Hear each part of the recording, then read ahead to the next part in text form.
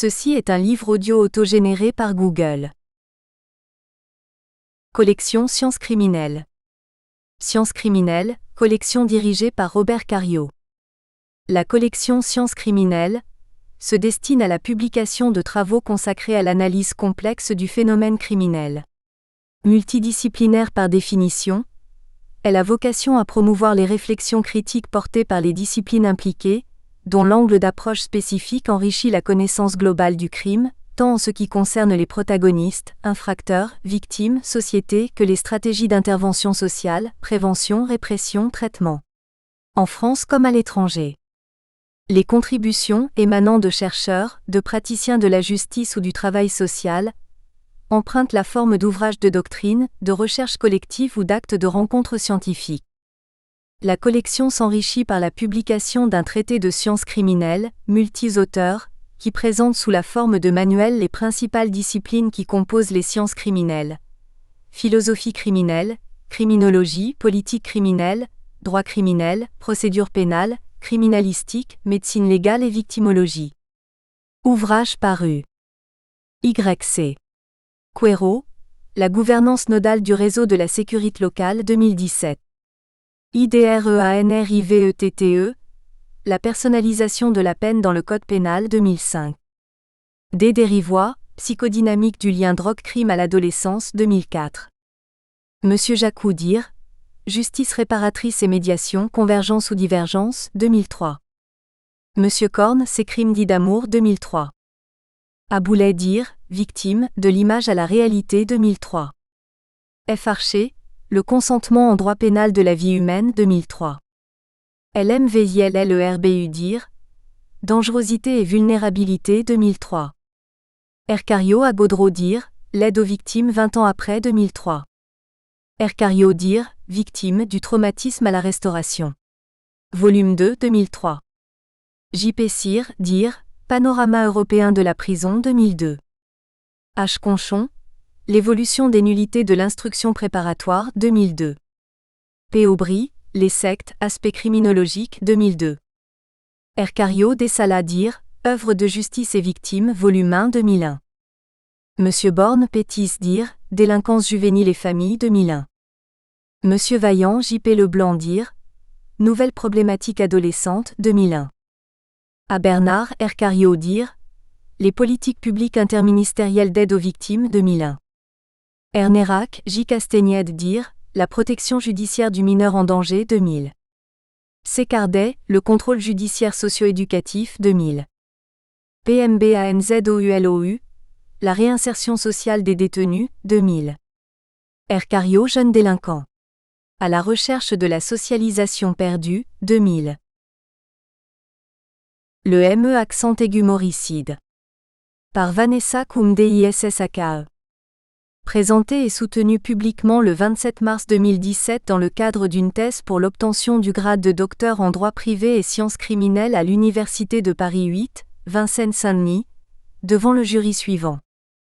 Pierre-Olivier Chaumet, maître de conférence à l'Université Paris-Lumière, Paris 8, habilité à diriger des recherches, HDR. Jacques Foyer, professeur émérite de l'Université Panthéon-Assas, Paris 2.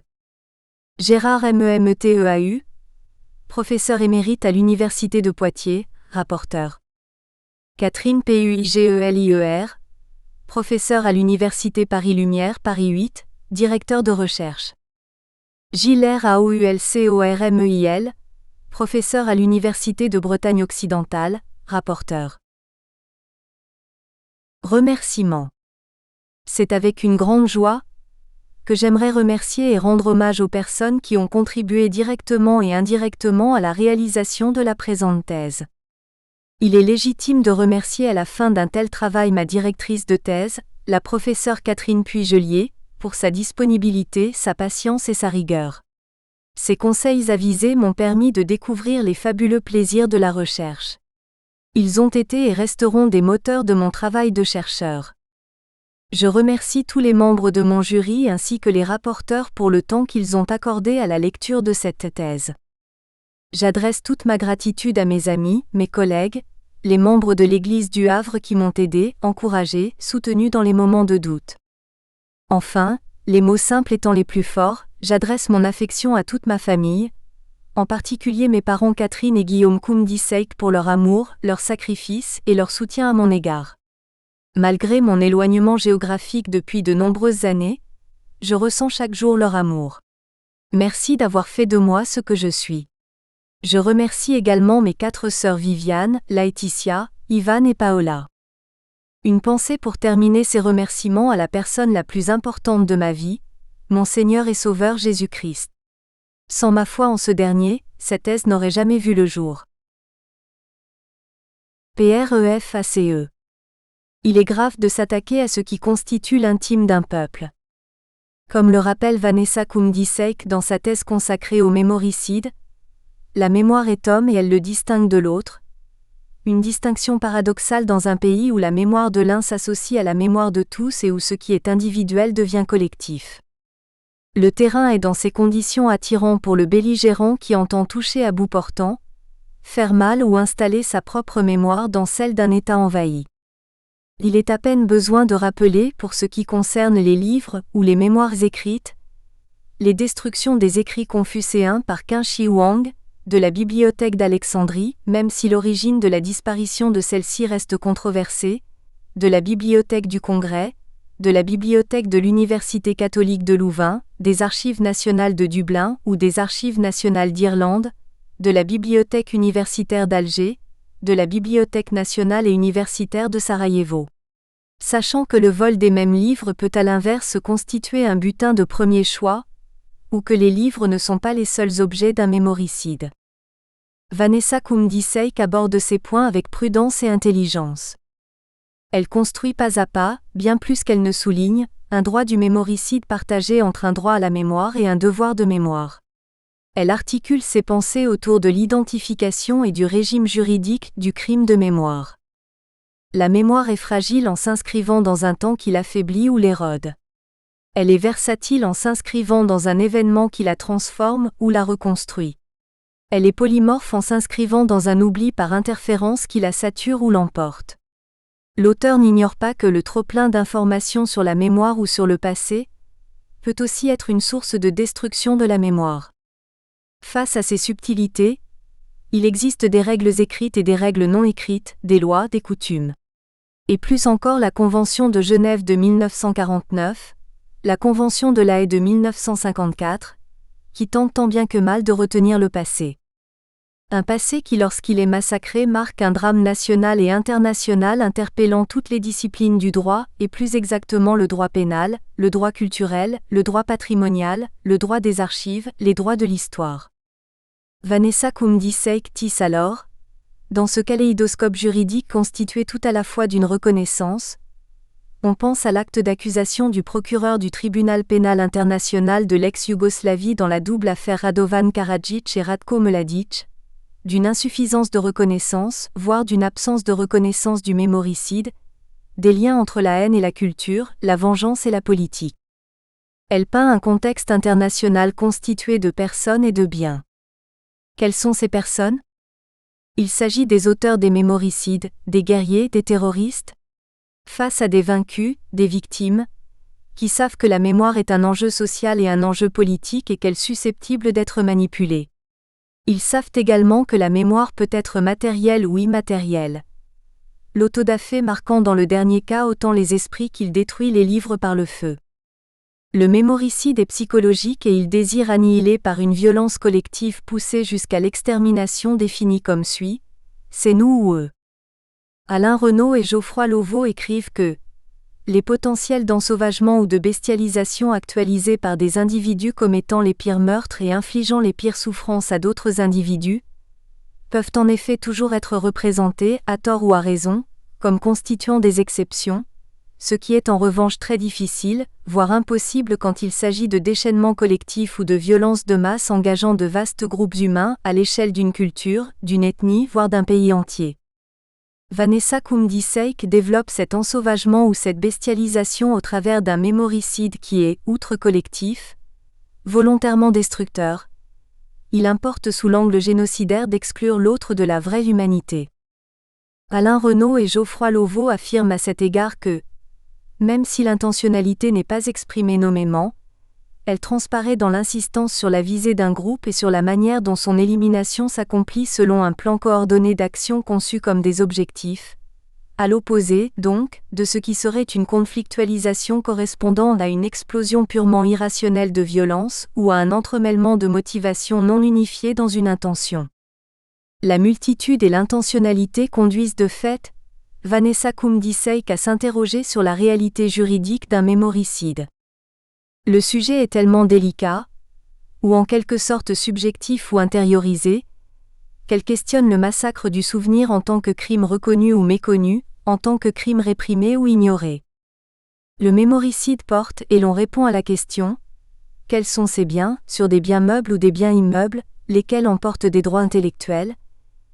Il est en toute hypothèse question de pillage, de recel, de dégradation ou de destruction des biens culturels, et il peut être examiné par des juges, dont le juge international.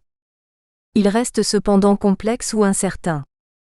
L'auteur relève que sur la notion de mémoricide, la définition retenue par la justice internationale et le tribunal pénal de l'ex-Yougoslavie en particulier est relativement précise. Il n'est pris en considération que la destruction matérielle du patrimoine culturel dans l'objectif d'effacer les traces de la mémoire d'une communauté, afin de reconfigurer son identité. Ainsi, le terme mémoricide, dans son acception originelle correspond uniquement à l'aspect matériel de la mémoire. C'est selon Mirko Grmerk la destruction de toute représentation de la mémoire. Le patrimoine culturel immatériel étant écarté de la définition du dit crime. Une telle définition heurte l'idée même de destruction de la mémoire qui relève aussi, ou avant tout de l'esprit. C'est d'ailleurs à juste titre, tout en ayant conscience de l'éloignement de la définition juridique du mémoricide, que Vanessa Kumdisek pose à ce point donné de l'étude les questions ci-après.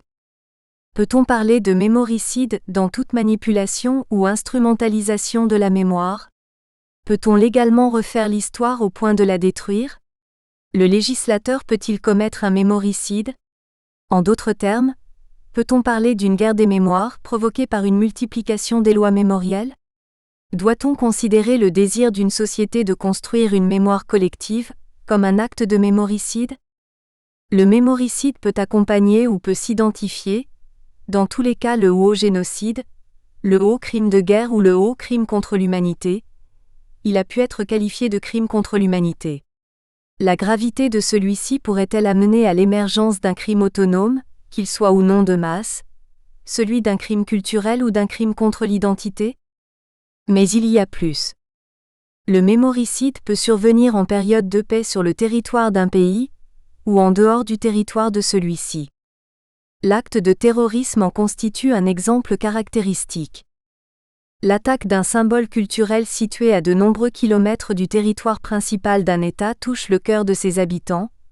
Constitue-t-elle alors un crime de paix ? Le message est fort et brutal. Mais que l'on se s'y trompe pas. Le mémoricide peut être partout et nulle part. Peut-on envisager un mémoricide dans l'hypothèse des piratages ou des destructions informatiques ? Des millions de données peuvent ainsi disparaître en quelques secondes. Et la matérialisation du savoir, ou le trop-plein de celui-ci par notamment l'outil numérique, de ne faire que confirmer ou aggraver une telle possibilité. Le sujet est, on le voit, immense et inquiétant. C'est pourquoi il ne peut qu'être salué le travail considérable et unique de construction ou de déconstruction du mémoricide, de Vanessa Kumdisek. Celle-ci s'attaque d'une façon magistrale à l'essentiel d'un conflit guerrier, même en temps de paix, entre les peuples, et elle sait maîtriser un sujet qui ne peut non plus s'étendre sans fin au détriment des libertés et progrès. Elle attire l'attention de l'historien, du politiste, du juriste, sur un manque dans l'arsenal juridique, toujours en construction du droit international. L'injustice historique persiste si les gouvernements font fi de la guerre intellectuelle qu'est le saccage de l'histoire ou de la purification d'une mémoire. Et les auteurs des mémoricides ne peuvent être les seuls à s'être emparés du bénéfice psychologique de la destruction d'une culture.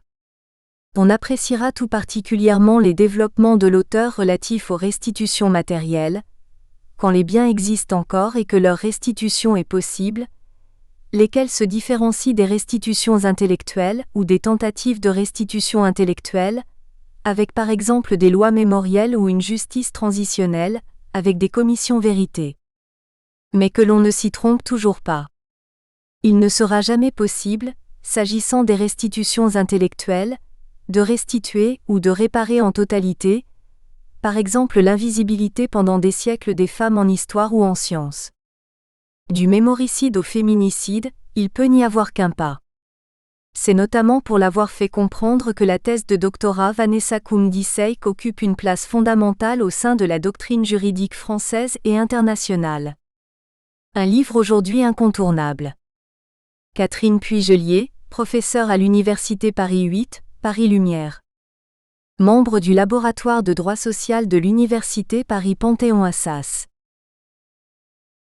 Introduction générale. Eduardo Galeano pouvait affirmer : il n'y a pas d'histoire muette. On a beau la brûler, on a beau la briser, on a beau la tromper, la mémoire humaine refuse d'être bâillonnée. Le temps passé continue de battre, vivant, dans les veines du temps présent, même si le temps présent ne le veut pas ou ne le sait pas. La rédaction d'une thèse relative au droit de la culture, ou au droit à la culture aurait été considérée comme une pure folie au siècle dernier. Bien qu'importante au sein de toute société, aucune faculté de droit n'enseignait la culture. Tout cela a bien changé. Les choses ont évolué. La culture est pour chaque société quelque chose de déterminant.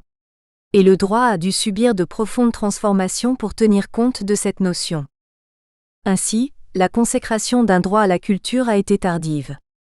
L'idée de la prise en compte d'un droit à la culture a émergé avec la libération du peuple français de la tutelle de la monarchie absolue en 1789. Le 26 août 1789, l'Assemblée nationale vote la Déclaration des droits de l'homme et du citoyen afin d'établir des règles fondamentales et d'éviter l'abus du pouvoir. Désormais, les hommes naissent libres et égaux en droit. C'est le principe d'égalité devant la loi. Une fois la liberté de pensée et de croyance garantie, la présente déclaration consacre la liberté d'expression dans son article 11. Tout citoyen peut parler, écrire, imprimer librement, sauf à répondre de l'abus de cette liberté dans les cas déterminés par la loi. Cet article souligne premièrement que la libre communication des pensées et des opinions est un des droits les plus précieux de l'homme. Il convient de souligner que seule la liberté de la presse est visée dans ce texte. Ce serait l'étendre bien au-delà de ce qu'il souligne que d'y déceler la consécration d'un droit à la culture. La Déclaration des droits de l'homme et du citoyen n'évoque pas expressément le droit à la culture. Il a fallu attendre les années 1940 pour que soit consacré un droit à la culture. Le préambule de la Constitution de 1946 énonce expressément le droit à la culture en soulignant ceci. La nation garantit l'égal accès de l'enfant et de l'adulte à l'instruction, à la formation professionnelle et à la culture. L'organisation de l'enseignement public à tous les degrés est un devoir de l'État. Cet enseignement doit être gratuit et rendu accessible à tous par une aide matérielle à ceux qui, sans elle, ne pourraient poursuivre leurs études. Le droit à la culture, dans ce texte, renvoie à l'instruction et à l'éducation. Cette conception est assez restrictive. Le Conseil constitutionnel n'a d'ailleurs jamais eu l'occasion de se prononcer sur l'étendue de ce droit. C'est la Déclaration universelle des droits de l'homme de 1948 qui a étendu ce droit à la vie culturelle. Cette disposition de nature conventionnelle et non constitutionnelle demeure toutefois en France une référence de grande valeur et de grande portée.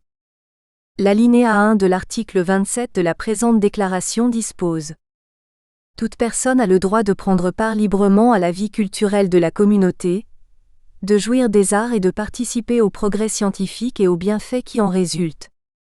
La Déclaration des principes de la coopération culturelle internationale de l'UNESCO du 4 novembre 1966 a quant à elle attribué un caractère de dignité à toute culture. Son article 1er dispose : toute culture a une dignité et une valeur qui doivent être respectées et sauvegardées. 2. Tout peuple a le droit et le devoir de développer sa culture. 3. Dans leur variété féconde, leur diversité et l'influence réciproque qu'elles exercent les unes sur les autres, toutes les cultures font partie du patrimoine commun de l'humanité. La culture et la jouissance d'une identité culturelle sont des droits individuels dont peut bénéficier tout être humain. Il n'y a pas de culture supérieure ou de culture inférieure. Les nécessités du vivre ensemble et la dignité humaine supposent l'acceptation et le respect de toutes les spécificités et particularités culturelles. Et la Déclaration universelle de l'UNESCO du 16 novembre 2001 sur la diversité culturelle est la première disposition normative à reconnaître la diversité culturelle comme l'héritage commun de l'humanité. Les dispositions internationales ci-dessus font peser sur les États une obligation à satisfaire les droits culturels. La Déclaration universelle des droits de l'homme de 1948, dans son article 22, le souligne explicitement. Toute personne, en tant que membre de la société, a droit à la sécurité sociale. Elle est fondée à obtenir la satisfaction des droits économiques, sociaux et culturels indispensables à sa dignité et au libre développement de sa personnalité, grâce à l'effort national et à la coopération internationale, compte tenu de l'organisation et des ressources de chaque pays. Les droits culturels sont cependant les droits individuels les moins bien définis du droit humanitaire et du droit international. Demandez à n'importe quel individu la définition des droits culturels. Il est fort probable qu'il ne soit pas capable de la donner. La raison est toute simple. La complexité du domaine de la culture est sans doute l'une des causes principales du problème. Section 1. La culture, une notion plurielle. La culture est une notion très difficile à définir. Elle est surabondamment utilisée. Pouvoir politique, archiviste, juriste, critique, enseignant, journaliste, publiciste, parlent de la culture, insistent sur son importance. Mais les définitions données ne satisfont pas tous les utilisateurs. Suivant les matières et les disciplines, chacun veut apporter sa pierre à l'édifice de la réflexion. Ce qui est à craindre en matière de culture, ce n'est pas l'absence de définition, mais le trop-plein de définitions. Les définitions données sont très différentes les unes des autres. Il est toutefois possible de définir la culture suivant deux critères. Un critère traditionnel et un critère moderne, sens figuré. Sur le premier critère, la tradition, la culture serait le travail de la terre. Sur le deuxième critère, le sens moderne ou figuré, la culture serait un ensemble de valeurs. De nos jours, le sens figuré de la culture a pris le dessus sur le sens traditionnel. Pour la majorité des hommes, la culture renvoie davantage à un ensemble de valeurs qu'à un travail de la terre. C'est en cela que la notion de culture a évolué. Elle n'est plus limitée à un domaine, la nature, mais elle est caractérisée par tout ce qui touche l'humain. Au sens figuré, les définitions comprennent la science, les beaux-arts, les humanités et les compétences professionnelles et techniques. Les caractéristiques immatérielles d'une communauté ou d'un groupe d'individus qui comprennent la langue, les mots. Les caractéristiques matérielles d'une communauté ou d'un groupe d'individus, tels que les objets réalisés. La culture, perçue comme l'ensemble des caractéristiques matérielles et immatérielles d'un groupe social ou d'une communauté, complexifie la question des droits culturels. Et on ne peut que reprendre les propos du sociologue français Edgar Morin qui souligne que la culture englobe tout le phénomène humain par opposition à la nature. Par ailleurs, tout homme naît, grandit et vit au sein d'une culture. Il développe des spécificités culturelles de manière inconsciente. Celles-ci sont innées. Il ne réalise pas nécessairement que ces caractéristiques culturelles sont différentes de celles des autres individus. La culture chez l'homme relève de l'inconscient. Elle est, selon les anthropologues culturels, transmise aux générations suivantes avec des valeurs. Et la Déclaration universelle de l'UNESCO du 16 novembre 2001 sur la diversité culturelle le précise. Elle réaffirme que la culture doit être considérée comme l'ensemble des traits distinctifs spirituels et matériels, intellectuels et affectifs qui caractérisent une société ou un groupe social et qu'elle englobe, outre les arts et les lettres, les modes de vie, les façons de vivre ensemble, les systèmes de valeurs, les traditions et les croyances. Le caractère inconscient de la culture et l'ensemble des valeurs qui s'y rattachent nécessairement rendent aussi difficile la compréhension des droits culturels. Section 2. Les États et la culture, une articulation problématique. La culture peut tout aussi bien réunir les hommes que les diviser. Toutes les questions liées au pouvoir ont un lien avec la culture. Les cultures dominantes ont toujours tendance à s'imposer face aux cultures minoritaires. La guerre qui a frappé le continent européen à la fin du siècle dernier est un exemple éloquent. La République fédérale socialiste de Yougoslavie a explosé à la suite d'un drame culturel. 7 nouveaux États se sont formés: la Serbie, le Monténégro, la Croatie, le Kosovo, la Slovénie, la Macédoine et la Bosnie-Herzégovine. En effet, entre 1991 et 1995, une guerre civile a ruiné cette nation paisible et multiethnique. Ce fut le premier génocide recensé en Europe après celui de 1945. Comment en est-on arrivé là? Pourquoi et comment cela n'a-t-il pas pu être évité? Dès le début de la guerre en ex-Yougoslavie 1991, les États européens et plusieurs organisations internationales, l'Organisation pour la sécurité et la coopération en Europe, OSCE, l'Union européenne occidentale, UEO, l'Organisation des Nations unies, ONU, ou l'Alliance atlantique, OTAN, se sont plus ou moins impliqués pour mettre un terme à cette guerre. Dans leur mission humanitaire pour rétablir la paix, elles n'ont pas pu éviter un tel drame. Le jugement critique a été étouffé pendant très longtemps. Pourtant, les expéditions militaires effectuées lors de cette guerre étaient extrêmes et violentes. Elles poursuivaient un objectif idéologique clair.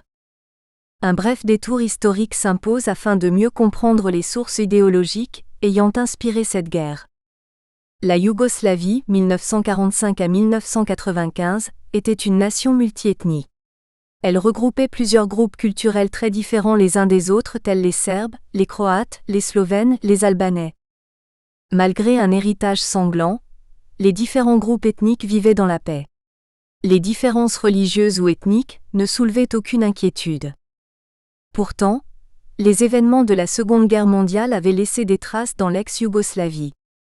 Après cet événement et pendant plusieurs décennies, la République fédérale socialiste de la Yougoslavie a été sous le régime de Josip Broz Tito. Ce dernier avait le désir d'effacer les crimes commis durant la Seconde Guerre mondiale, pour favoriser l'unité des peuples slaves. Ces crimes n'avaient malheureusement pas été oubliés. À sa mort en 1980, le passé a ressurgi. Certains politiciens croates et serbes ont utilisé les injustices passées pour construire des identités collectives séparatistes. La guerre qui a éclaté en 1991 est la conséquence principale de cette instrumentalisation du passé. Les motivations géopolitiques réelles du conflit ont été cachées. Et de fortes répressions ont été recensées au Kosovo premièrement, et dans les autres régions par la suite. Assassinats, tortures, viols, expulsion des habitations, occupation des territoires ont été suivis par la destruction du patrimoine culturel. Certains auteurs ont qualifié cette idéologie de nettoyage ethnique. L'expression nettoyage ethnique est apparue lors de cette guerre. De nos jours, c'est une notion courante car elle fait partie du lexique de l'actualité internationale. Pour la définir, il faut étudier la notion d'ethnie. Cette dernière est d'un usage fréquent en Afrique. En Europe, elle est très peu utilisée. Le dictionnaire Le Petit Robert la définit comme l'ensemble d'individus que rapproche un certain nombre de caractères de civilisation, notamment la communauté de langue et de culture. Le dictionnaire Larousse la définit comme un groupement humain dont l'unité repose sur la communauté de langue, de culture et de conscience collective. Le rapport de la Commission de l'ONU, résolution 780, définit quant à lui le nettoyage ethnique comme un procédé utilisé par une ethnie pour s'approprier un territoire donné et chasser les ethnies qui y vivent. L'objectif est de purifier ce territoire ou le rendre ethniquement homogène. L'expulsion des populations visées est la caractéristique principale du nettoyage ethnique. Les massacres de grande ou petite ampleur ne sont que secondaires dans la reconnaissance d'un nettoyage ethnique.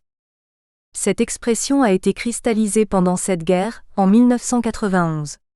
Toutefois, de telles pratiques remontent à la constitution des États-nations. En ce qui concerne l'ex-Yougoslavie, cette politique du nettoyage ethnique s'est étendue en Croatie au cours du second semestre 1991 et en Bosnie de 1992 à 1995. D'ailleurs, le rapport visé ci-dessus de la Commission de l'ONU, résolution 780, conclut que les actes perpétrés par les différents protagonistes décrivent bien une politique de nettoyage ethnique. Une campagne consistant à détruire les monuments de la culture appartenant aux autres communautés a été menée. Les noms des lieux de mémoire, villes, régions, institutions et établissements publics ont été remplacés dans les territoires occupés. Car la population des territoires concernés doit être homogène. Tout ce qui rappelle la présence de la communauté ayant vécu sur le territoire occupé doit être détruit. Pour y parvenir, une seule solution, la destruction systématique de tout le patrimoine culturel, expression de la mémoire. Ces destructions et dégradations furent automatiquement reliées à leurs antécédents historiques. Les Serbes reprochaient aux Ustashi croates la destruction de leurs églises durant la Seconde Guerre mondiale. Ils considéraient les destructions de 1990 comme la continuité de celles opérées de 1941 à 1945. Les Croates, en termes symétriques, reprochaient les mêmes faits aux Serbes. Ces derniers auraient participé à la destruction de plusieurs monuments historiques croates. Arrêtons-nous un instant sur ce qui s'est passé pendant la Seconde Guerre mondiale. Les Ustashi ou les insurgés étaient un régime politique séparatiste croate et anti-yougoslave. Durant la Deuxième Guerre mondiale, ils reçurent des nazis le gouvernement d'un territoire. Ils persécutèrent les populations non croates, et de centaines de milliers de Serbes trouvèrent la mort. De leur côté, les Tchetniks, armées résistantes serbes, massacrèrent en grand nombre musulmans et croates. Au-delà des massacres, la mémoire, le patrimoine culturel a été détruite.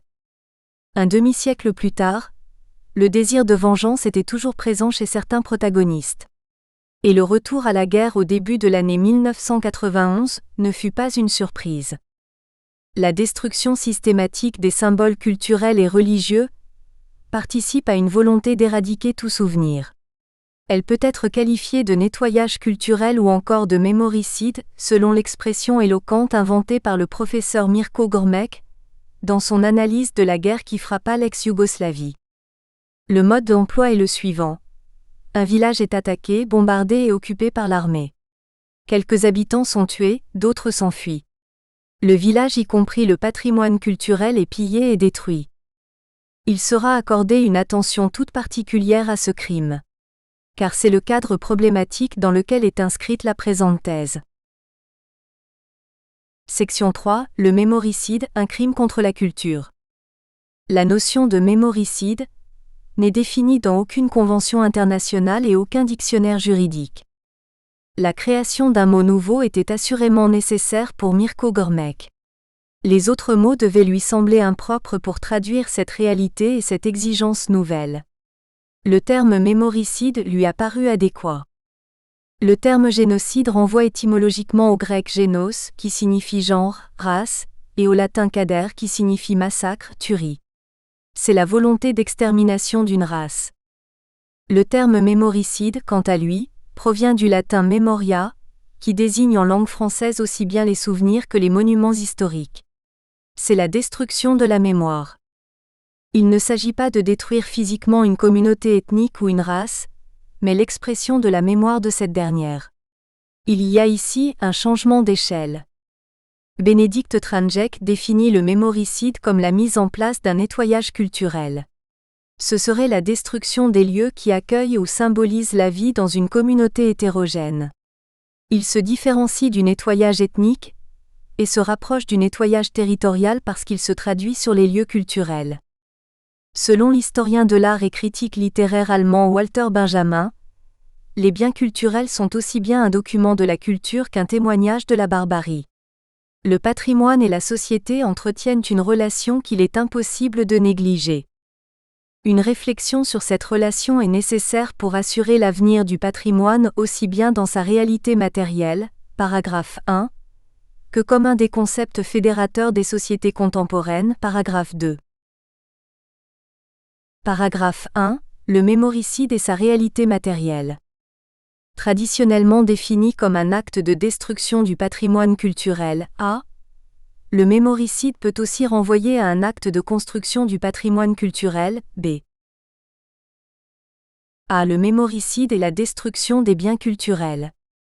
La destruction des biens culturels représente la réduction à néant de ce qu'ont laissé en héritage des dizaines de générations antérieures. Elle suscite un sentiment de perte irréparable. Cette destruction des symboles sacrés ne présente aucun intérêt militaire. Ces derniers sont généralement situés hors des zones de combat. C'est la raison pour laquelle il est possible d'affirmer que de telles destructions s'inscrivent dans une politique visant à éradiquer la mémoire. Le problème de la mémoire humaine n'a presque jamais été abordé par les tribunaux internationaux, les conventions internationales, et encore moins par notre code pénal français. Les rédacteurs pensaient sans doute qu'en raison de la nature de la mémoire, celle-ci ne pourrait être contestée. Pourtant, il n'existe pas de définition absolument générale de ce qu'est la mémoire. Aucune définition n'a pu faire l'unanimité auprès des divers utilisateurs. Une définition floue mais suffisante peut servir de point de départ à l'exposé suivant. La mémoire individuelle est une fonction et une propriété du cerveau. Elle est déterminante pour chaque être humain. Pascal pouvait d'ailleurs affirmer que la mémoire est nécessaire à toutes les opérations de l'esprit. Toutes les informations peuvent être codées, conservées et restituées au moment opportun par la mémoire. Elle permet de maîtriser la vie de tous les jours en donnant à chaque homme un passé de souvenirs et un présent d'aptitude. Bergson distingue ainsi deux formes de mémoire, la mémoire habitude et la mémoire souvenir. Selon lui, la mémoire nous donne un passé de souvenirs et un présent d'aptitude qui nous permettent de maîtriser la vie de tous les jours. Le terme mémoire collective a été inventé par Maurice Halbwachs par opposition à la notion de mémoire individuelle. Généralement, la mémoire est considérée comme intime et individuelle. Elle est rattachée à l'esprit d'un homme. L'enjeu pour Maurice Halbwachs était de faire reconnaître l'existence d'une mémoire commune et partagée par les personnes d'un même groupe. Aujourd'hui, le débat est clos. La mémoire collective est acceptée, prônée et défendue dans les médias et les discours politiques. L'ensemble d'une communauté partage les souvenirs d'un passé commun. Construite par le groupe, la société ou la communauté, la mémoire collective fait référence selon Pierre Nora au souvenir ou à l'ensemble de souvenirs, conscients ou non, d'une expérience vécue et ou mythifiée par une collectivité vivante de l'identité de laquelle le sentiment du passé fait partie intégrante. Elle renvoie aussi aux œuvres matérielles et immatérielles d'un peuple, telles les œuvres culturelles, littéraires ou musicales. Ces dernières sont en effet l'expression de la mémoire collective, un patrimoine à défendre et protéger. Qu'est-ce que le patrimoine ? Comment pourrait-on le définir de manière claire ? La notion de patrimoine attire, mais demeure profondément paradoxale. Le patrimoine est un bien commun appartenant à une collectivité qui se présente comme le reflet d'un temps passé, rejeté ou valorisé. L'article 1er du Code du patrimoine français tente de définir cette notion. Il dispose : le patrimoine s'entend au sens du présent code, de l'ensemble des biens immobiliers ou mobiliers, relevant de la propriété publique ou privée qui présentent un intérêt historique, artistique, archéologique, esthétique, scientifique ou technique. Cette définition renvoie au patrimoine pris dans son sens public et culturel et non dans son sens civil ou privé. Dans l'acception roumaine, le patrimoine renvoie à un héritage familial matérialisé par la transmission des titres et des biens. Dans la conception moderne, le patrimoine renvoie à un héritage collectif, national qui matérialise un attachement à des traces du passé. Seul ce dernier patrimoine est l'expression d'une mémoire collective. Le patrimoine culturel est sans cesse redéfini par l'action humaine. La Convention cadre du Conseil de l'Europe sur la valeur du patrimoine culturel pour la société, Convention de Faro 2005, élargit cette notion. Le patrimoine culturel constituerait un ensemble de ressources matérielles et immatérielles, héritées du passé que des communautés protègent. C'est un héritage reçu des générations passées et transmises aux générations futures. Le patrimoine culturel immatériel est constitué de divers éléments dont les témoignages, mimes, danses, chants, rites, mythes, art culinaire, savoir-faire, jeux. Le patrimoine culturel matériel est constitué des biens mobiliers et immobiliers, monuments, œuvres d'art, du paysage bâti, de l'architecture, des sites archéologiques et géologiques. Ce dernier patrimoine est particulièrement exposé pendant et après la guerre. C'est la raison pour laquelle la gestion de la mémoire d'un peuple intéresse aussi bien les acteurs de la reconstruction que les acteurs de la guerre. Pendant la guerre, la destruction des bâtiments, sites, n'est pas toujours un acte de vandalisme. Bien au contraire, ces biens sont attaqués parce qu'ils font partie de l'identité culturelle de l'ennemi.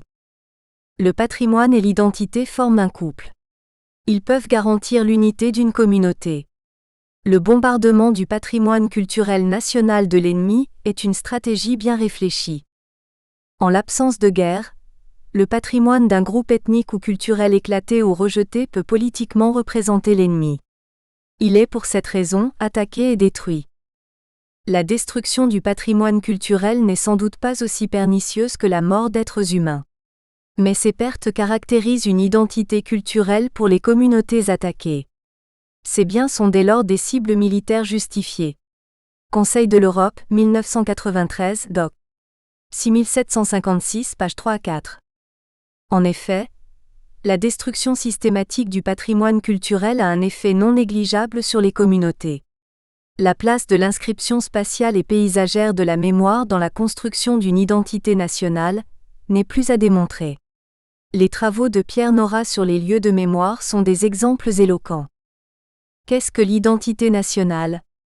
La question de l'identité nationale, encore appelée conscience nationale à partir de 1980, soulève un important contentieux.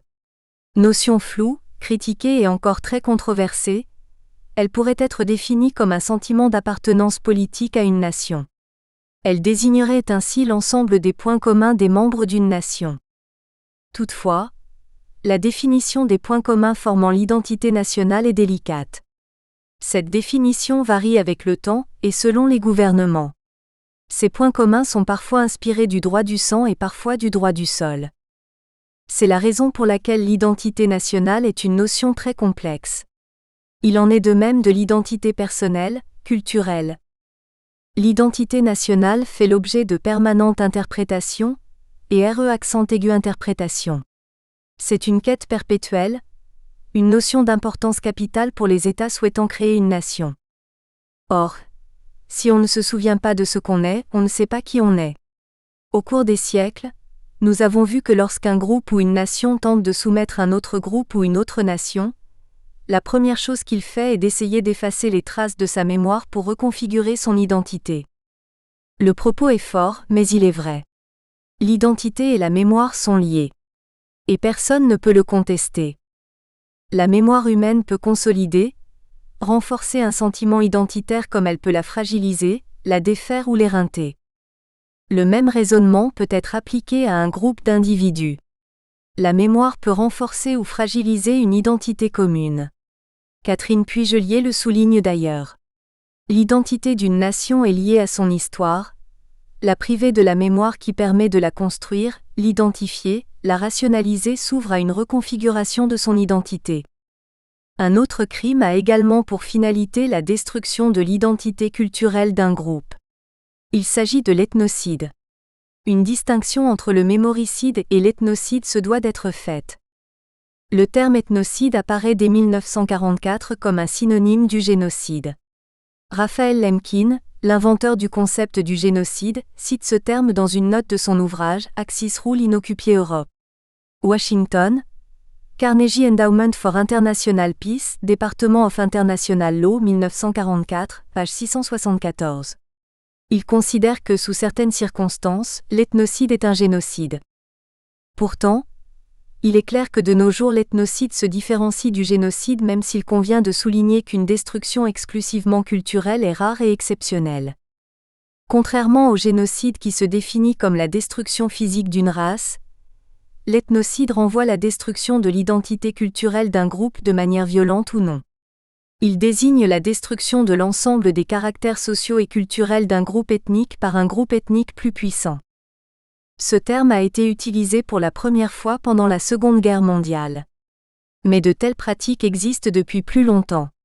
En témoignent le génocide et l'ethnocide dont furent victimes les indigènes américains, les tribus indiennes. Plusieurs auteurs continuent néanmoins à considérer l'ethnocide comme le versant culturel du génocide. Pourtant, le concept de génocide culturel n'a jamais été utilisé dans une convention internationale. Le tribunal pénal international de l'ex-Yougoslavie n'utilise nulle part le concept de génocide culturel dans sa définition du génocide. Il n'y figure pas dans son statut. Cependant, dans l'acte d'accusation établi par le procureur contre Karadzic et Mladic, le terme génocide physique, politique, légal et culturel est toutefois soulevé. Note 58, page 21 par 44. Le mémoricide et l'ethnocide ont des points communs. Dans le premier crime, mémoricide, la destruction des lieux de mémoire et du patrimoine culturel est utilisée pour reconfigurer l'identité d'une communauté. Dans le deuxième crime, ethnocide, la transformation, l'amélioration de l'autre est l'objectif de la destruction immatérielle des caractères culturels. Ici, le modèle de culture de la communauté que l'on souhaite transformer est inacceptable. C'est la raison pour laquelle il doit être amélioré. L'esprit ethnocidaire est dès lors caractérisé par l'imposition du modèle de culture du groupe ethniquement plus puissant au groupe ethniquement plus faible. Les tribus indiennes ont été victimes de génocide et d'ethnocide. Ces tribus ont été massacrées, et leur culture a été considérée comme une culture barbare par les grandes puissances européennes. Ces dernières les considéraient en effet comme des tribus sauvages. Dans l'objectif de les aider à devenir civilisées, elles ont amélioré et transformé leur culture, afin que celle-ci devienne, si possible, identique à elles.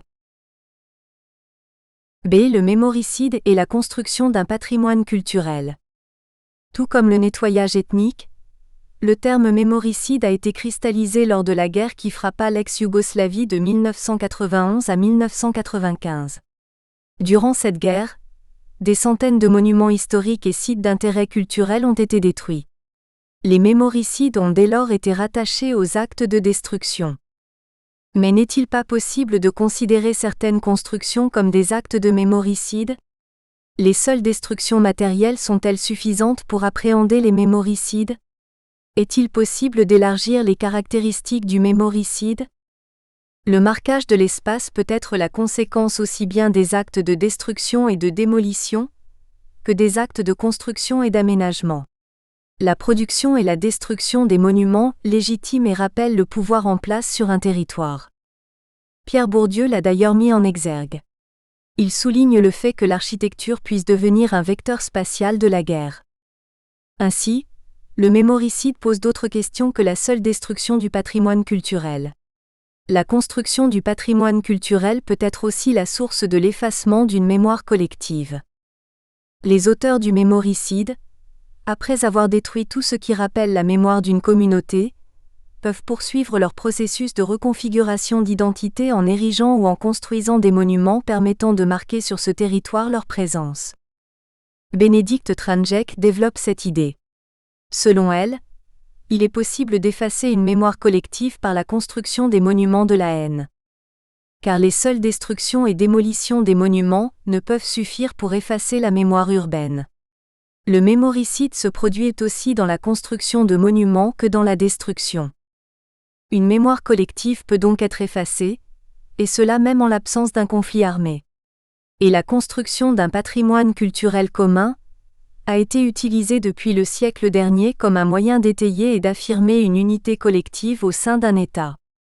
En effet, la construction du patrimoine est intimement liée à l'édification des États-nations, ou à la construction de l'identité collective de chaque nation. L'identité collective s'inscrirait dans le cadre d'un État-nation.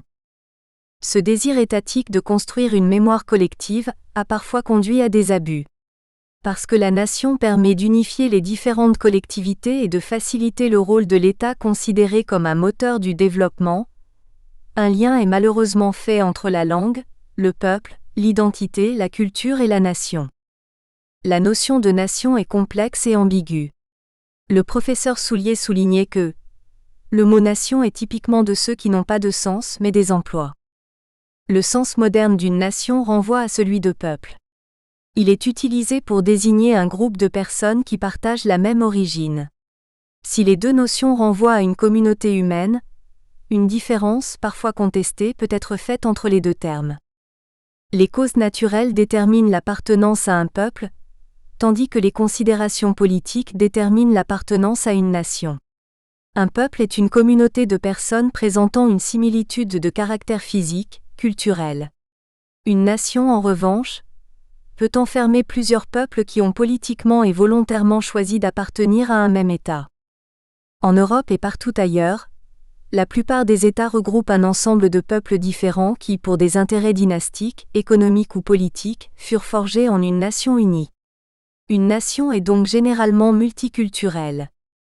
L'État peut être le fruit d'une nation, tout comme la nation peut être le résultat d'un État. Et la construction d'une identité collective doit tenir compte de ces éléments. La protection de l'identité et de la mémoire d'une communauté opprimée signifie-t-elle nécessairement la reconnaissance d'un droit à la mémoire? Ne doit-on plutôt pas dire que la protection de la mémoire est un défi que s'est donné toute société humaine? Parce que les éléments du patrimoine culturel constituent des objets juridiques à dimension humaine, peut-on considérer la reconnaissance du mémoricide comme la confirmation d'un droit à la mémoire des civils en temps de paix comme en temps de guerre? Car même si les biens culturels ont une valeur vénale, ils présentent plusieurs autres intérêts qui justifient leur patrimonialisation, historique, artistique, identitaire. Il faut conserver des éléments essentiels d'un passé. La Charte européenne du patrimoine architectural souligne que chaque génération ne dispose du patrimoine qu'à titre viager. Elle est responsable de sa transmission aux générations futures. Paragraphe 2. Le mémoricide et sa réalité politique. A. Le mémoricide et le droit à la mémoire. On parle du droit à l'oubli sur les moteurs de recherche. Une charte en date du 13 octobre 2010 impose la suppression des données personnelles sur certains moteurs de recherche. On se refuse toujours de parler d'un droit à la mémoire. L'expression « droit de la mémoire » fait toutefois son chemin. La mémoire dans son sens premier renvoie au cerveau de l'homme. Reconnaître un droit à la mémoire dans ce contexte serait délicat, mais pas impossible. Les libertés intellectuelles comme la liberté d'expression, la liberté d'opinion et par suite la liberté d'écrire sont protégées et garanties. À cet égard, l'article 11 dispose que « La libre communication des pensées et des opinions est un des droits les plus précieux de l'homme. Cette liberté a une valeur constitutionnelle. » Décision du Conseil constitutionnel les 10 et 11 octobre 1984, et une valeur internationale le 7 décembre 1976. La Cour européenne des droits de l'homme considère en effet la liberté d'expression comme l'un des fondements essentiels de pareille société, la société démocratique, l'une des conditions primordiales de son progrès et de l'épanouissement de chacun. Tout homme est libre de se souvenir et de penser. Il a le droit de révéler ou pas le fond de sa pensée à autrui. Dans le premier cas, il s'agit de la liberté d'opinion. Dans le deuxième cas, il s'agit de la liberté d'expression. Si le droit a toujours protégé la vie et l'intégrité de l'homme, il était nécessaire de reconnaître à ce dernier le droit d'exprimer une opinion différente ou dissidente de celle de la doctrine d'État. Plusieurs personnes ont d'ailleurs été persécutées en raison de leurs pensées, opinions et choix politiques. La prise en compte du motif politique, dans la désignation des auteurs de crimes contre l'humanité, offre une consécration, selon Jan Jurovic, de la répression du crime contre la pensée. L'existence d'un droit à la mémoire pourrait être décelée ici. Si ces libertés de l'esprit, relevant de la pensée de l'homme, sont garanties par le droit national et le droit international, la question ne se pose pas pour l'expression de la mémoire collective. La liberté d'opinion présente certes un caractère individuel. Mais elle peut présenter un caractère collectif, si elle fait l'objet d'une expression particulière. Dans ce cas, on basculerait de la liberté d'opinion à la liberté d'expression. Toute pensée peut ainsi librement être exprimée de manière matérielle, construction de biens, ou immatérielle, chant, poème. Cependant, peut-on tout dire et tout écrire? S'interroge Jean Pradel. Il existe en effet un véritable combat entre la liberté et les interdits dans l'histoire nationale française. Ces libertés individuelles garanties par la Constitution française de 1958 peuvent subir des abus. Il est nécessaire qu'elles soient encadrées. La revendication du droit à la mémoire est très souvent instrumentalisée par certains individus mal intentionnés. C'est la raison pour laquelle, bien que les modalités sociales et culturelles de la transmission des informations soient d'une grande diversité, orale, écrite, formelle, informelle, elles sont juridiquement encadrées. Si on ne peut pas retirer à l'homme sa liberté de penser et par conséquent de se souvenir, la liberté de parler ou d'écrire peut lui être retirée par une puissance publique. Il existait de lois, aujourd'hui oubliées, qui encadraient la liberté d'expression. La plupart de ces lois ont été votées sous Napoléon, ou au début de la Troisième République. On peut citer à titre d'exemple les lois qui réprimaient l'outrage à la morale publique et religieuse, 1819, ou celles qui sanctionnaient toute offense faite au chef de l'État, 1881. L'intervention de l'État est parfois nécessaire. Cette intervention ne remet pas en cause l'exercice des libertés. Une liberté illimitée qui n'est pas protégée et restreinte par la loi conduit nécessairement à la tyrannie du plus fort sur le plus faible, à l'abus de droit. Cette limitation de la liberté par l'État ne doit cependant pas être abusive. Si la mémoire est une notion qui intéresse l'État et plus particulièrement la politique, il est nécessaire de s'assurer que le devoir de mémoire, utilisé fréquemment dans les médias, ne soit pas instrumentalisé à des fins peu louables. B. Le mémoricide et le devoir de mémoire. 1. Le devoir de mémoire, une volonté politique. Le devoir de mémoire est, quant à lui, reconnu. Il concerne principalement les crimes contre l'histoire. La construction des identités aussi bien nationales, communautaires qu'individuelles est liée au rapport que ces communautés entretiennent avec leur passé. Or certains faits du passé sont peu glorieux et doivent être oubliés. Quels souvenirs une société doit-elle conserver? Quelle tragédie doit-elle effacer? Plus que jamais, la question du souvenir que l'on devrait garder de l'histoire et notamment des tragédies du passé est devenue un sujet d'actualité. J.F. Burgelin et P. Lombard pouvaient affirmer « La contemplation du passé possède quelques vertus. Ne les négligeons pas. Aucun schéma ne s'imposant à nous, ayons la modestie de nous tourner vers l'histoire pour éviter de réitérer les erreurs qui ont conduit à la situation actuelle. » L'impératif Zakor. Souviens-toi. Est utilisé à plusieurs reprises dans la Bible hébraïque. La société semble s'efforcer de satisfaire à cet impératif de nos jours. Commémoration, célébration, édification des lieux de mémoire font irruption sur la scène publique et constituent une ressource et un instrument de l'action politique. Pourtant, un événement historique peut faire l'objet de différentes lectures en fonction de différentes perspectives. La mémoire historique est délicate et parfois conflictuelle. Éric Savarès parle à juste titre de guerre de mémoire. Le choix des mémoires à honorer et des drames à oublier établit ainsi une hiérarchie des souffrances éthiquement difficiles à justifier.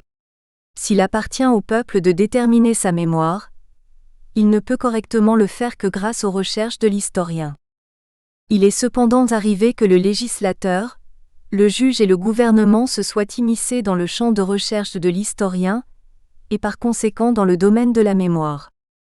En effet, le législateur est attentif au devoir de mémoire.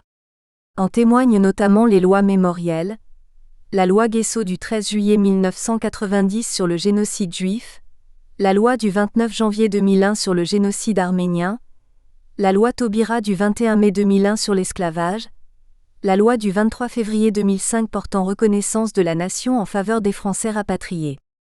Si ces lois mémorielles proclamatrices et symboliques sont perçues par certains comme ayant une finalité pédagogique et républicaine, rappeler aux contemporains les horreurs du passé afin qu'elles ne se reproduisent plus, elles sont perçues par d'autres comme une intrusion du législateur dans le domaine de la mémoire. L'association Liberté pour l'Histoire s'est levée contre ces lois mémorielles pour permettre à tout citoyen d'accéder à la vérité historique. Selon elle, le législateur est compétent pour voter des lois tournées vers le présent ou le futur. Il n'est pas compétent pour voter des lois tournées vers le passé. L'abrogation de ces lois mémorielles a également été demandée par Bertrand Mathieu, président de l'Association des constitutionnalistes. Sous prétexte de combattre le négationnisme, le législateur peut, selon lui, s'en prendre dangereusement aux acquis de la République. L'écriture de l'histoire est délicate. Elle peut avoir pour conséquence l'imposition d'une version affirmée incontestable de l'histoire. Le juge s'est aussi immiscé dans le domaine de l'histoire et de la mémoire. L'histoire est appelée à la barre. Elle est un enjeu politique. On note aussi une immixtion du gouvernement dans le domaine de la mémoire soulève plus d'inquiétude que celle du juge ou du législateur.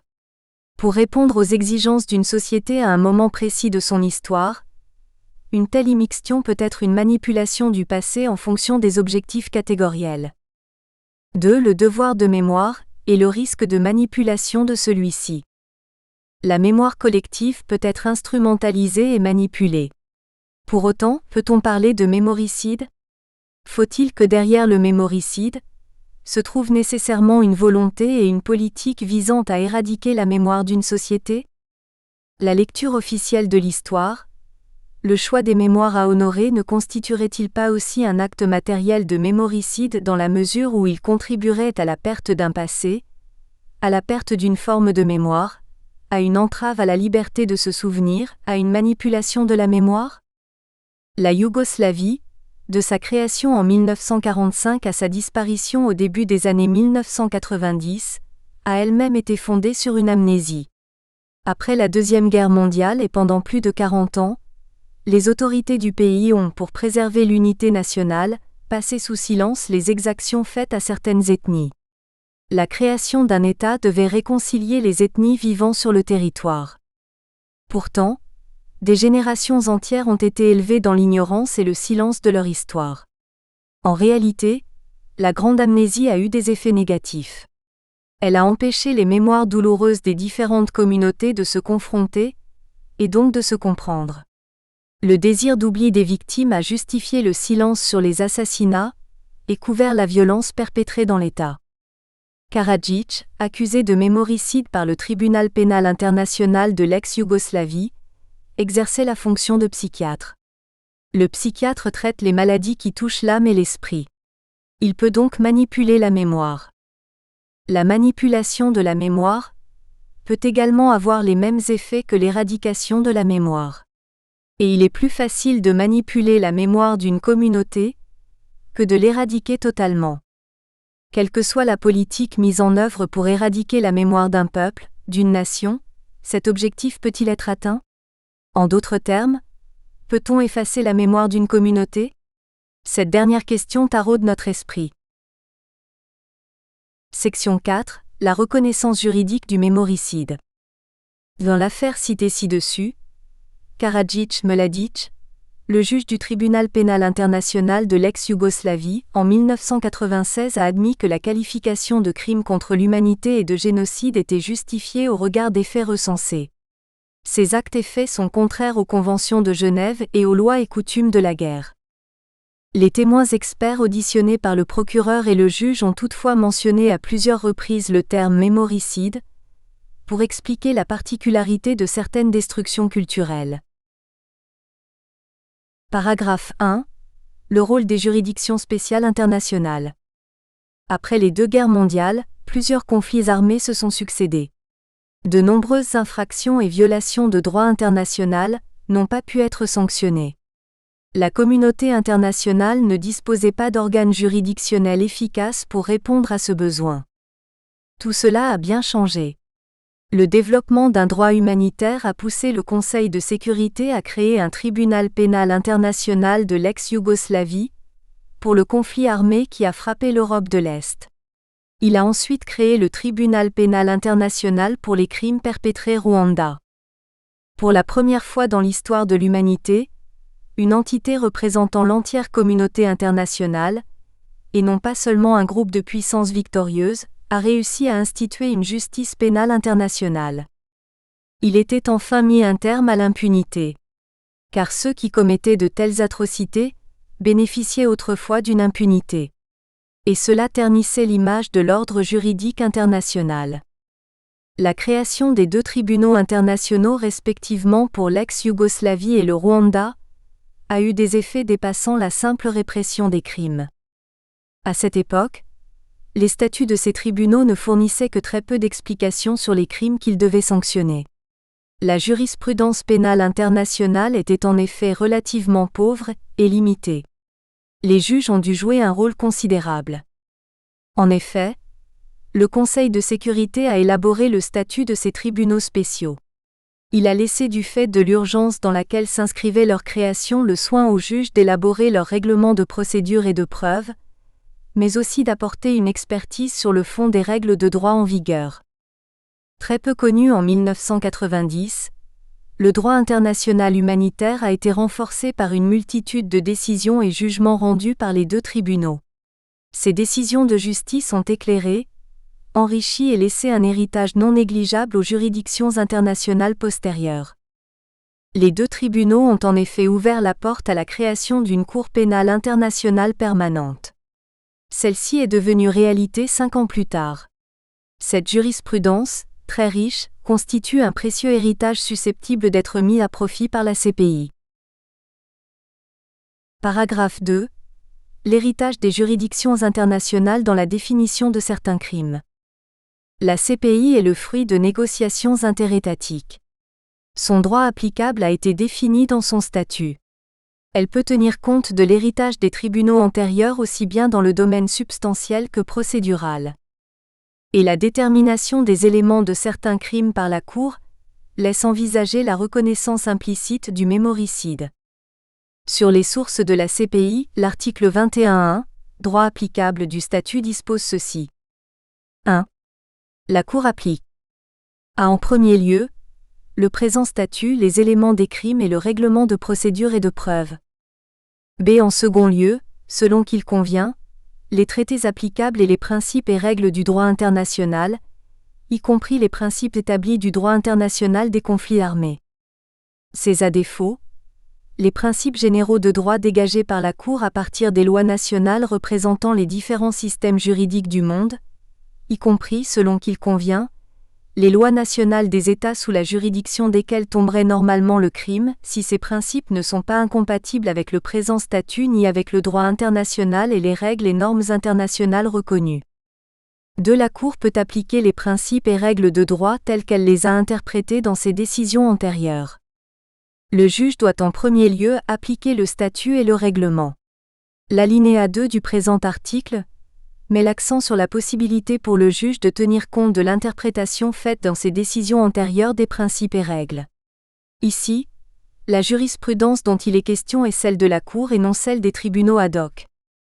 Sur l'établissement de certains crimes, les articles 6, 7 et 8 du statut définissent les éléments du crime de génocide, des crimes contre l'humanité et des crimes de guerre. L'article 9 dispose ceci. 1. Les éléments des crimes aident la Cour à interpréter et appliquer les articles 6, 7 et 8. Ils doivent être adoptés à la majorité des 2/3 des membres de l'Assemblée des États parties. 2. Des amendements aux éléments des crimes peuvent être proposés par A. Tout État partie. B. Les juges, statuant à la majorité absolue. C. Le procureur. Les amendements doivent être adoptés à la majorité des 2/3 des membres de l'Assemblée des États parties. Les propositions émanant des juges et celles découlant des actes d'accusation des procureurs peuvent elles-mêmes être fondées sur la jurisprudence des tribunaux pénaux internationaux ad hoc. L'apport jurisprudentiel des tribunaux pénaux internationaux est certain. Cette jurisprudence est une aide pour le juge de la CPI qui peut y recourir. Les tribunaux pénaux internationaux ad hoc se sont aussi référés à la pratique pénale internationale antérieure, Nuremberg, Tokyo. Le juge de la CPI peut s'inspirer de l'héritage des tribunaux pénaux internationaux ad hoc, tant au niveau de la procédure qu'au niveau du droit substantiel. Le mémoricide, ayant été utilisé devant une juridiction internationale, rien n'empêche la CPI d'en faire autant. Paragraphe 3. Le mémoricide, un crime défini et reconnu par le juge international ? S'inspirant des conventions de Genève de 1949 et des lois et coutumes de la guerre, le juge du tribunal pénal international de l'ex-Yougoslavie, dans l'affaire Karadzic et Mladic, a reconnu de manière implicite le mémoricide comme un crime de droit international. Est-il une forme de génocide ? Est-ce un crime de guerre ou doit-on le considérer comme un crime contre l'humanité ? Le juge du tribunal international de l'ex-Yougoslavie n'est pas très clair sur ce sujet. Plusieurs auteurs déduisent néanmoins de la lecture du jugement du tribunal pénal international du 11 juillet 1996 que le mémoricide est un crime contre l'humanité.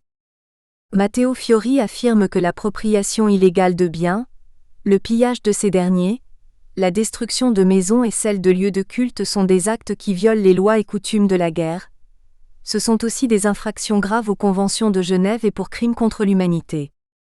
Dans l'affaire Cordic, les juges du TPI ont par ailleurs considéré que la destruction et la dégradation d'édifices consacrés à la religion ou à l'éducation était un crime contre l'identité religieuse d'un peuple et de fait un crime contre l'humanité. En effet, la destruction d'une culture religieuse spécifique et des objets culturels qui s'y rattachent affecte l'humanité dans son ensemble. Page 207 du jugement. La notion de crime contre l'humanité n'est pas définie dans une convention internationale comme celle du génocide. Ce concept a toutefois été reconnu par différents textes ou instruments internationaux, tels que le statut du Tribunal international de Nuremberg et les statuts respectifs des tribunaux internationaux ad hoc, article 5 du statut du Tribunal international pour l'ex-Yougoslavie et l'article 3 du statut du Tribunal international pour le Rwanda. En l'absence de convention internationale relative à la répression du crime contre l'humanité, la définition retenue par la plupart des pays est celle contenue dans l'article 7 du statut de la Cour pénale internationale. Les États parties qui ratifient le statut de cette Cour acceptent cette définition.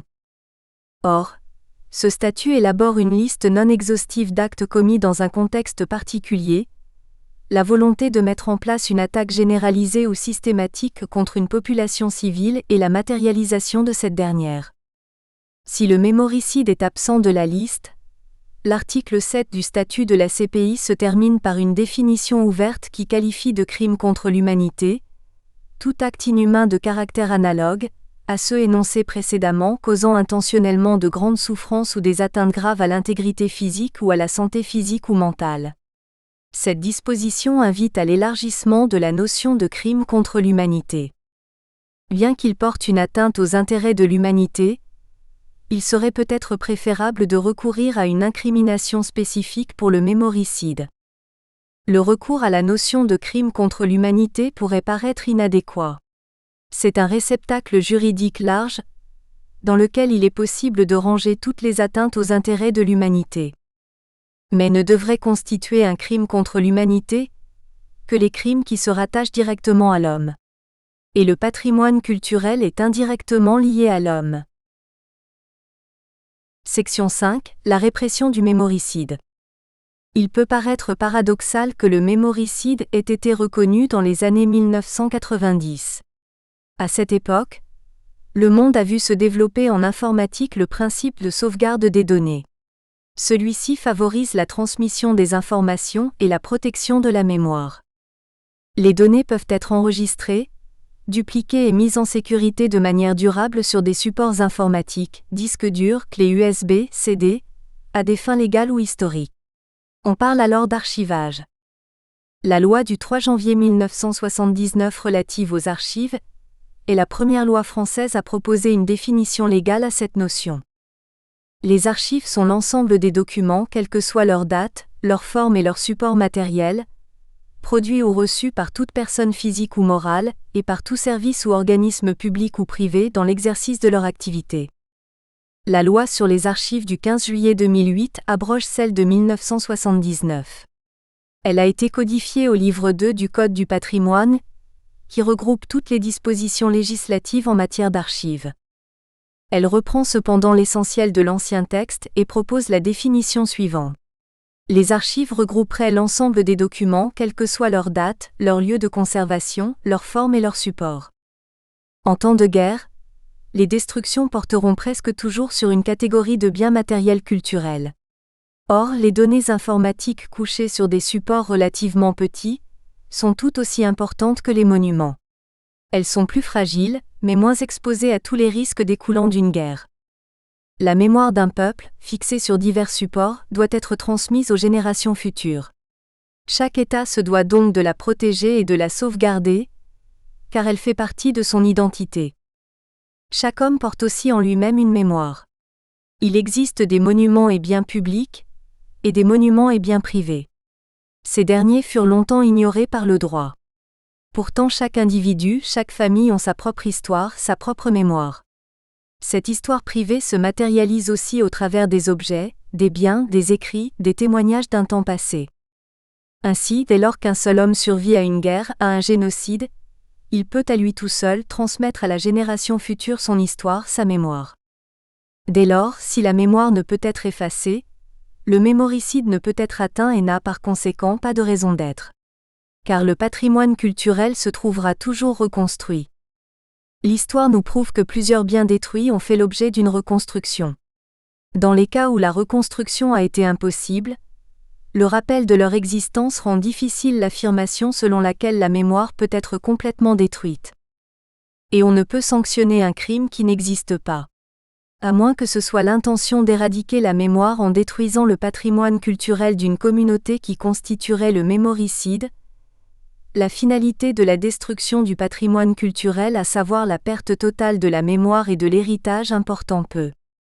Tout comme le génocide, la théorie du mémoricide déroge ainsi au droit commun en ce qu'elle fait de l'élément moral un point déterminant dans la constitution légale du crime.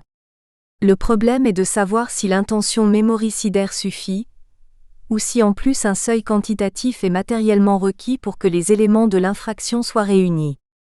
L'intention mémoricidaire joue un rôle décisif dans la reconnaissance du mémoricide.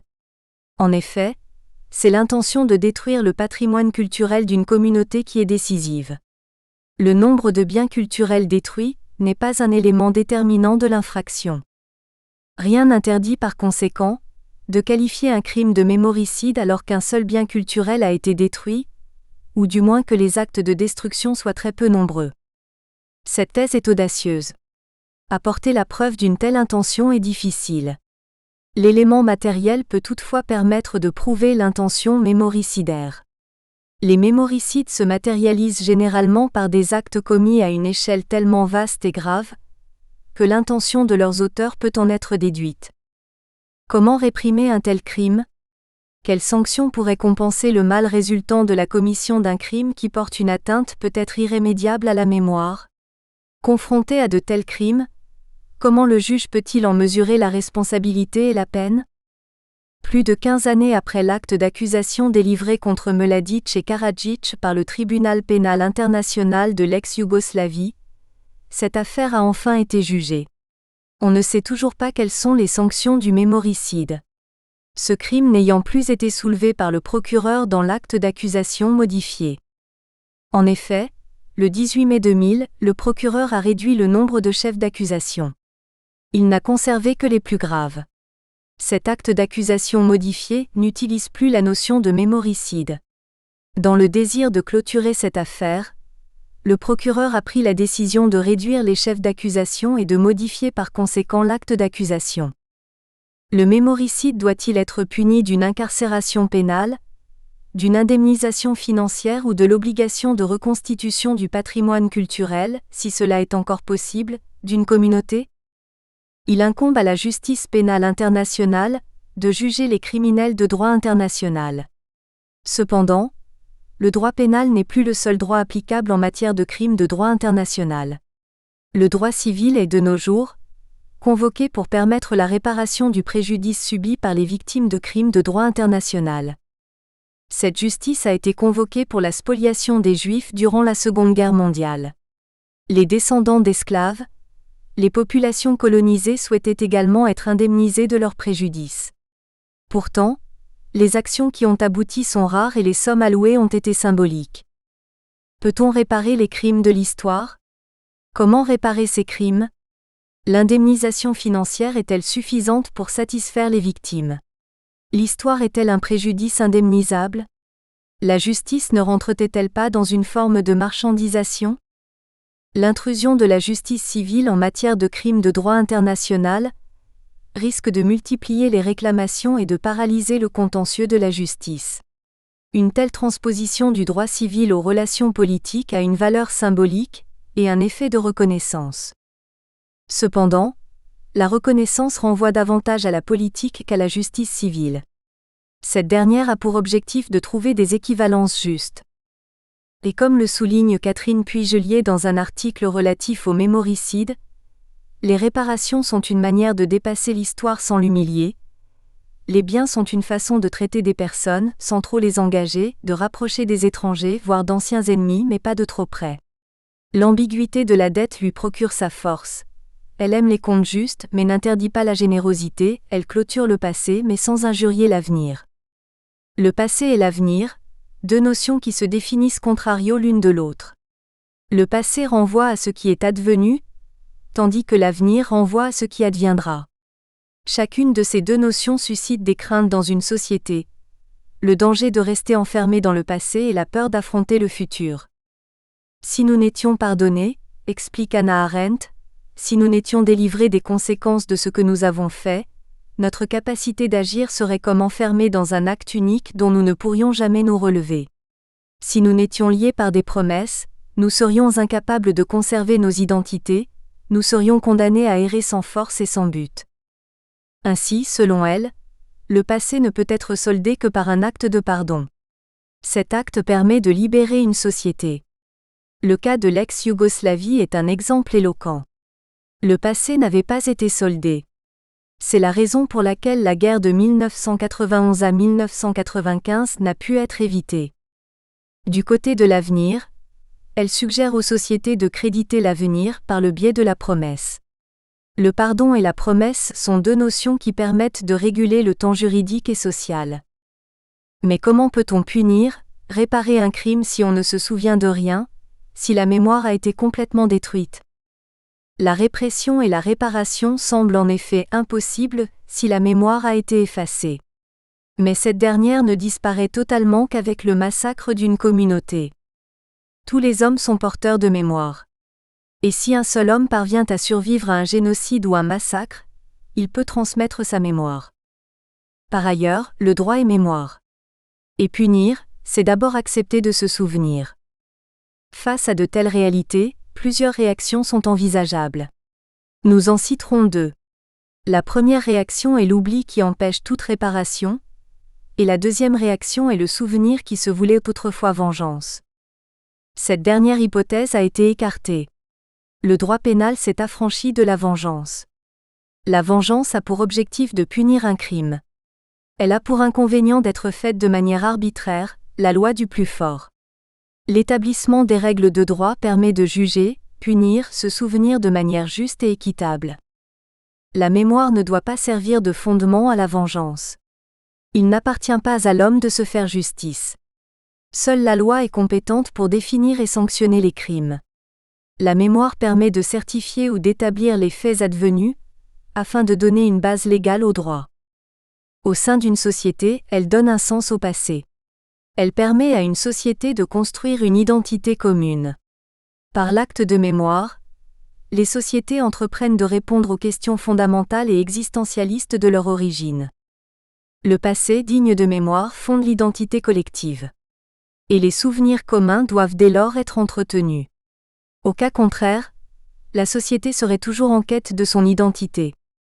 Les juristes sont les gardiens de la mémoire sociale. Si le législateur définit les comportements dorénavant répréhensibles, car la loi ne peut être rétroactive, le juge fait quant à lui des actes de mémoire. Il rappelle dans chaque affaire, le litige ayant saisi le tribunal et il sanctionne sur le fondement de la loi, les faits certifiés. Ainsi, la première forme du temps juridique instituant est celle de la mémoire. Le passé, le présent et le futur sont trois dimensions temporelles qui n'échappent pas au droit. Tout comme les historiens, les juristes sont les témoins de la mémoire sociale. Parler de mémoire, de tradition, de passé dans le mémoricide semble dès lors légitime. Le rôle du droit dans le domaine de la mémoire est sans cesse renforcé aussi bien dans les sociétés démocratiques que dans les sociétés traditionnelles.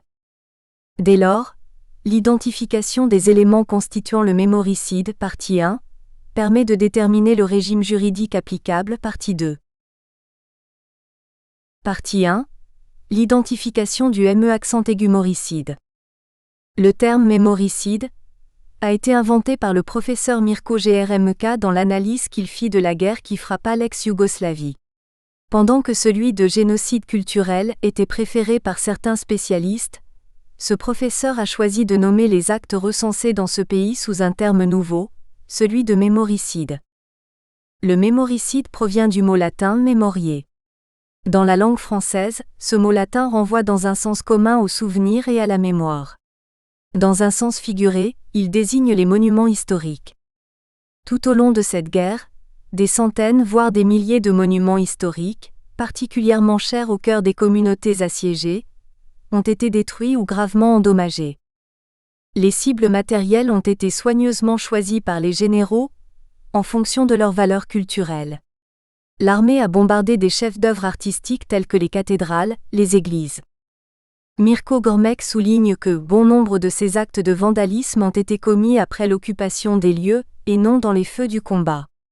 Un tel saccage du patrimoine national constitue une escalade dans la stratégie de la guerre totale. Le mot mémoricide décrit bien cette réalité. Toutefois, aborder la notion de mémoricide soulève un important contentieux et entraîne de nombreuses controverses. En effet, sur les moteurs de recherche, le mémoricide n'est pas défini de la même manière. Il ne se rattache pas toujours à la mémoire ou à son expression. Bien souvent, il est relié au génocide. Les définitions données peuvent être insatisfaisantes. Le mémoricide renvoie à deux réalités différentes. La première est la réalité matérielle, et la deuxième est la réalité politique. Que l'on aborde l'une ou l'autre réalité, l'expression matérielle ou politique de la mémoire, la place accordée à la culture est l'élément qui ressort de l'analyse faite ci-dessus. La destruction délibérée du patrimoine culturel d'un peuple a des effets aussi bien sur la mémoire que sur l'identité. La culture est un repère existentiel pour chaque homme et chaque communauté. Dans une certaine mesure, elle constitue un héritage qui peut se traduire sous différents aspects. Et l'un des aspects matériels de la culture est le patrimoine, expression de la mémoire. Paolo Rumiz, journaliste et écrivain italien, a rencontré lors d'un de ses voyages à Sarajevo en 1994 le peintre Afan Rami. Ce dernier sculptait la pierre tombale de son fils tombé en pleine guerre. Il pleurait de désespoir non pour son fils mort en bataille, mais pour le pont de Mostar, sa ville de naissance, qui avait été abattu. Pourquoi ? Voilà la réponse que Paolo Rumiz apporte. Le pont était vivant. C'était un lieu de mémoire. Il ne servait pas les intérêts de la guerre. Bien au contraire, il symbolisait une identité. Il était le souvenir. Le mémoricide est donc aussi bien un crime contre la mémoire sous partie 1, qu'un crime contre l'identité sous partie 2. Sous partie 1, le mémoricide, un crime contre la mémoire. Le refrain du passé faisons table rase souligne le désir pour une société de tourner ses regards non pas vers le passé mais vers l'avenir. Cependant, cette citation paraît aujourd'hui obsolète.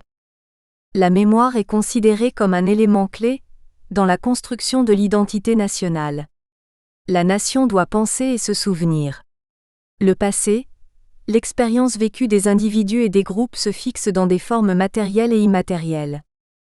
Si le patrimoine a longtemps été restreint aux réalités matérielles, biens culturels, monuments, bibliothèques, musées, aujourd'hui il est appliqué aux réalités immatérielles, traditions, pratiques sociales, musique, danse, chant, mime, mythes, art culinaire, art de la scène.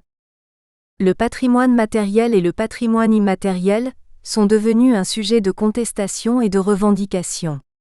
Un tel engouement pour le patrimoine ne peut qu'inquiéter. En effet, sous couvert du respect de l'identité nationale, certains partis politiques trouvent dans le patrimoine le fondement dont ils ont besoin pour dissimuler leur racisme et leur xénophobie. Ils considèrent que la plupart des maux de la société sont le résultat d'un multicularisme incontrôlé. Ici, la politique affecte négativement le patrimoine. Ils l'instrumentalisent. Le terme mémoricide, dans son acception originelle, correspond uniquement à l'aspect matériel de la mémoire.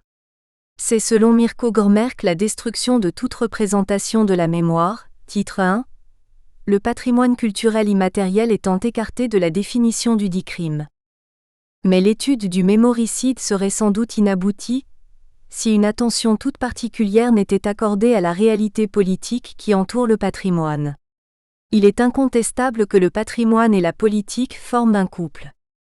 Peut-on parler de mémoricide dans toute manipulation ou instrumentalisation de la mémoire, titre 2 ? La question mérite qu'on s'y arrête un instant. Remarque préliminaire, la mémoire humaine et ses défaillances, quel intérêt d'établir un mémoricide ?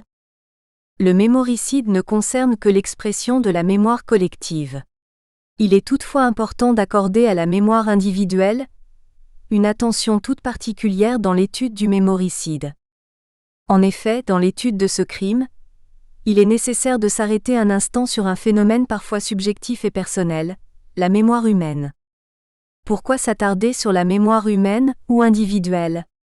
Quel intérêt pourrait-il avoir à étudier cette forme de mémoire ? La mémoire est sans doute l'une des fonctions les plus capitales d'une vie. Elle permet de ne point oublier les éléments essentiels, les actes posés hier, ceux d'aujourd'hui et ceux de demain. Il n'est possible de maîtriser la vie de tous les jours que grâce à la mémoire. Elle donne un passé de souvenirs et un présent d'aptitude. Elle propose aussi un futur, construit sur les souvenirs et les aptitudes. Les troubles graves de la mémoire, comme c'est le cas dans certaines pathologies dont la plus connue est la maladie d'Alzheimer, entraînent nécessairement une difficulté de vie pour l'individu atteint. Celui-ci devient dépendant et ne peut vivre sans une aide constante de ses proches. Théodule Ribot, auteur du XIXe siècle, a utilisé sa pathologie pour écrire un livre sur la mémoire. Ce dernier s'intitule La mémoire et ses maladies, 1881.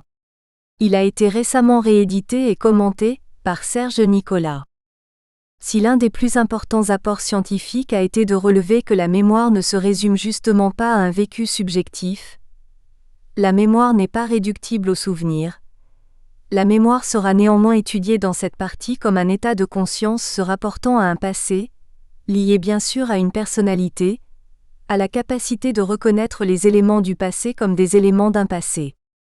Ainsi, tout souvenir est un fragment de vie personnelle, et il n'y a pas de souvenir en dehors de cette expérience intime, de ce sentiment de déjà-vu. On est de plus en plus habitué à parler de la mémoire d'un groupe. La réflexion de Maurice Halbwachs sur la mémoire collective souligne d'emblée que la notion de mémoire collective est une réalité et non une fiction. La mémoire renvoie à un ensemble de réalités matérielles et immatérielles, allant du souvenir de l'expérience vécue aux monuments historiques. Tout est mémoire, c'est-à-dire présent du passé. C'est en cela que cette notion est une notion complexe, fluide et polysémique. Maurice Halbwachs, dans ses œuvres, préfère se pencher sur les cadres sociaux qui permettent à chaque homme vivant en société de retrouver et de fixer ses souvenirs. Bien qu'important, il n'étudie pas l'aspect neuronal et cérébral de la mémoire. Parce qu'aucun individu ne peut grandir dans un isolement total, sa mémoire ne peut porter que la marque du collectif. La mémoire, selon lui, ne vient à l'homme qu'au cours de sa socialisation. Les souvenirs aussi bien privés que collectifs sont le résultat de la communication et de l'interaction des hommes au sein d'une communauté. Tous les membres de cette dernière jouent un rôle dans la construction du souvenir. Car il n'y a pas de souvenir sans perception. Et Pierre n'aura de rappeler que la mémoire collective fait référence aux souvenirs, ou à l'ensemble de souvenirs, conscients ou non, d'une expérience vécue et ou mythifiée par une collectivité vivante de l'identité de laquelle le sentiment du passé fait partie intégrante. Cependant, le sujet de la mémoire et du souvenir reste toujours l'individu. Et cette mémoire individuelle est faillible, sujette à distorsion. Comme soulevé dans l'introduction, il n'y a pas de définition absolument générale de ce qu'est la mémoire. On peut néanmoins tenter de définir la mémoire individuelle comme la fonction qui permet de capter, coder, conserver et restituer les informations perçues. Est-il possible de se souvenir du passé avec précision ? Qu'est-ce qui pourrait influencer le souvenir gardé des événements vécus ? L'exactitude du souvenir a été étudiée dans plusieurs matières, la psychiatrie, la médecine. En sciences juridiques, l'exactitude du souvenir présente un intérêt non négligeable. Les erreurs de mémoire sont fréquentes. Un tel domaine de recherche mérite qu'on lui accorde une attention toute particulière. Chaque jour, la mémoire commet des erreurs. Ces erreurs peuvent être volontaires. Toujours est-il que les conséquences de ces erreurs changent en fonction de la matière et de la gravité de l'erreur. Une déclaration erronée n'a pas la même conséquence selon qu'elle a été faite devant un agent de police, un banquier, un médecin ou un tribunal.